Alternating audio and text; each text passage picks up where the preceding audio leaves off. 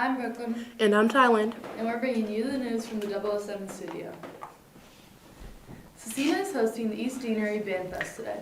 Grade school band members will practice alongside Scecina band students from 11 a.m. through the end of the day.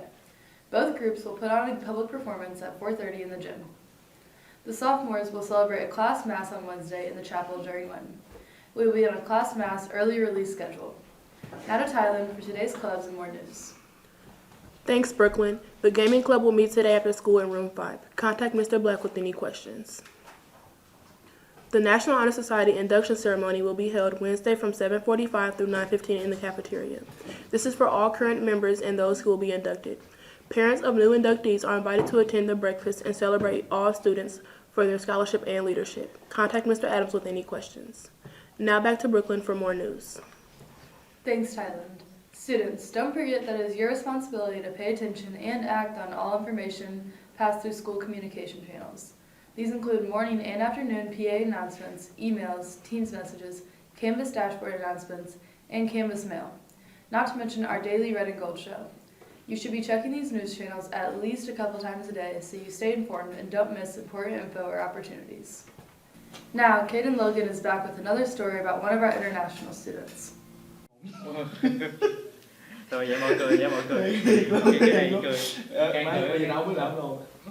Scecina welcomes many people, including many international students.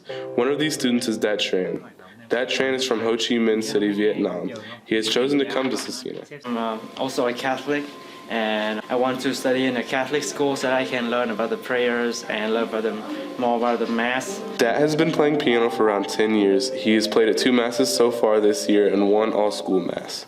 Dat Tran has been interested in attending school in America for several reasons. In Vietnam, we only have several majors for each schools.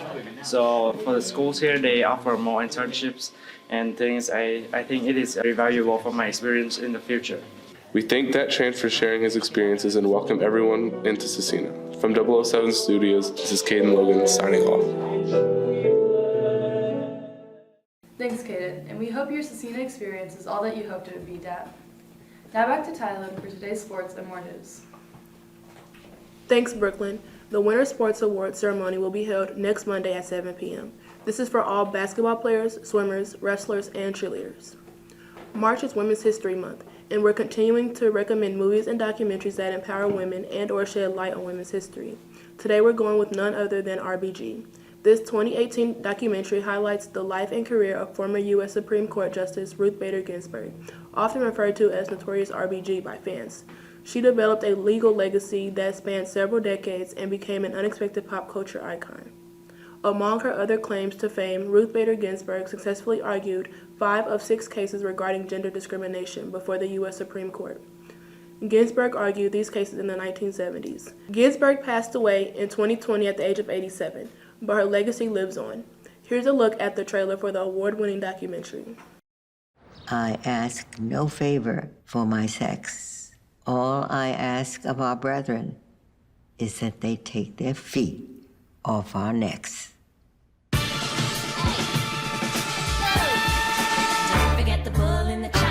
We welcome today Justice Ruth Bader Ginsburg. She's become such an icon. Do you mind signing this copy? I am 84 years old, and everyone wants to take a picture with me. Notorious RBG. Yeah. When you come right down to it, the closest thing to a superhero I know. Ruth Bader Ginsburg changed the way the world is for American women. I became a lawyer when women were not wanted by the legal profession. Thousands of state and federal laws discriminated on the basis of gender. She was following in the footsteps of the battle for racial equality. She wanted equal protection for women. Men and women are persons of equal dignity, and they should count equally before the law. She captured for the male members of the court what it was like to be a second-class citizen. The point is that the discriminatory line almost inevitably hurts women. I did see myself as kind of a kindergarten teacher in those days because the judges didn't think sex discrimination existed. I have had the great good fortune to share life with a partner truly extraordinary for his generation. He was the first boy I ever knew who cared that I had a brain. She is a center of power on and off the court. Every time Justice Ginsburg wrote a dissent, the internet would explode. I came up with a couple slogans. You can't spell truth without Ruth. I surely would not be in this room today without the determined efforts of men and women who kept dreams alive.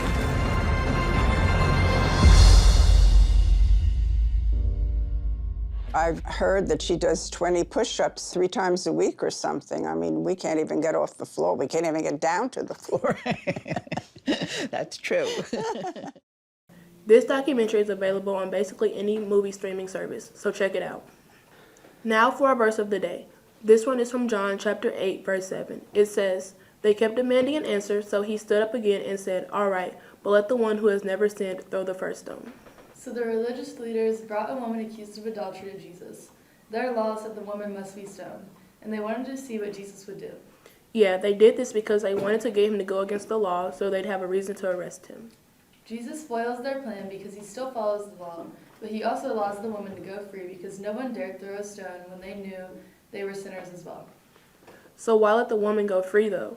She was supposedly guilty of adultery.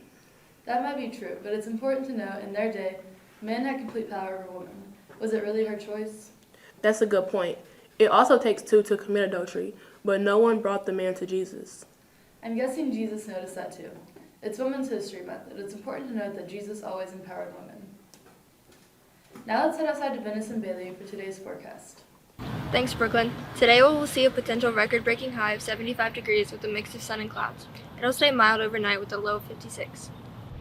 Tomorrow will be a little cooler with a high of 66. Rain is expected off and on throughout the day. It'll drop again to a high of 56 on Wednesday. Now back to the studio for more news. Thanks, ladies. I'm excited that it's going to be so warm today. Yeah, and it's sunny, so it's a really good day. Now for our lunch menu. Today we're having a hot dog or coney dog with carrots. Tomorrow it'll be nachos with taco meat, corn, and black beans. Please remember that all menu items are subject to change based on availability. Happy birthday. Happy birthday. Happy birthday. Happy birthday. Happy birthday. Happy birthday. Happy birthday. Yoo-hoo. Oh yeah. Remember when the cafeteria staff asked for your input on the lunch menu and then made changes based on our poll? Now Student Council wants to do the same thing. In our latest RG poll of the week, we want to know what songs you want to hear played at prom. This poll will be completely open-ended, so you will just type in your own choice, and we'll share the results with StuCap. It's important to note that only school-appropriate songs will be played, so keep that in mind. Submit your choices by Wednesday night, and we'll share the results in Thursday's show. I don't have anything I think should be played. Me neither, but besides say Carol's Whisper. Finally, those who signed up to participate in the Lip Dub music video should look for more info in tomorrow's show about your roles and the filming schedule. Filming will take place a week from today. We will not have a show on Friday because of Lip Dub filming.